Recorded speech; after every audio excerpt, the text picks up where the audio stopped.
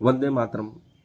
मित्रों, आज हम ब्रह्मांड के बारे में कुछ जानने का प्रयास करेंगे। हमारी पृथ्वी इस प्रकार अधर में शून्य में कैसे लटकी हुई है, सारे तारे, नक्षत्र, ग्रह, उपग्रह कैसे टिके हुए हैं, क्योंकि ये ब्रह्मांड बड़ा ही रोचक है। इसके रहस्य जितने सुलझा उतने ही कम है। लेकिन कुछ मेरे नवीन विचार हैं जो कल मेरे बालक द्वारा एक खेल में प्रयोग किया गया, जिसमें वह एक बाल्टी में बड़ी गेंद रखता है और उसके ऊपर छोटी गेंद रखता है।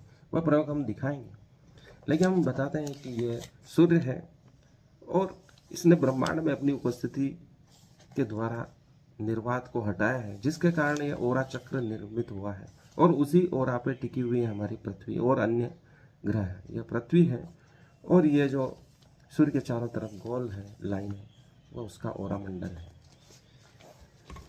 जैसे ही ब्रह्मांड में कोई पिंड का निर्माण होता है तो उस निर्वात को वह हटाता है। उस निर्वात को हटाने में उसके जो चारों तरफ दबाव पड़ता है, उसी के कारण गुरुत्वाकर्षण का निर्माण होता है।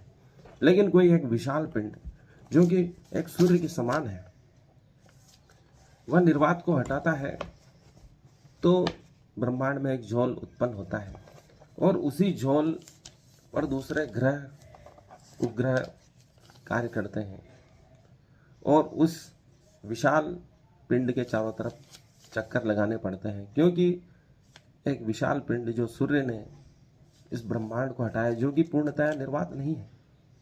कहते हैं कि उसमें ईथर भरा हुआ है। ईथर को हटाने से उस ईथर जो फैल गया है उसका दबाव उस बड़े पिंड पर पड़ता है और उसी के ओरा मंडल में, उसी झोल में दूसरे ग्रह भी उस विशाल पिंड के चारों तरफ घूमने लगते हैं, क्योंकि वह एक विशाल पिंड एक विशाल झोल का निर्माण करता है और उसके चारों तरफ दूसरे ग्रह घूमने लगते हैं।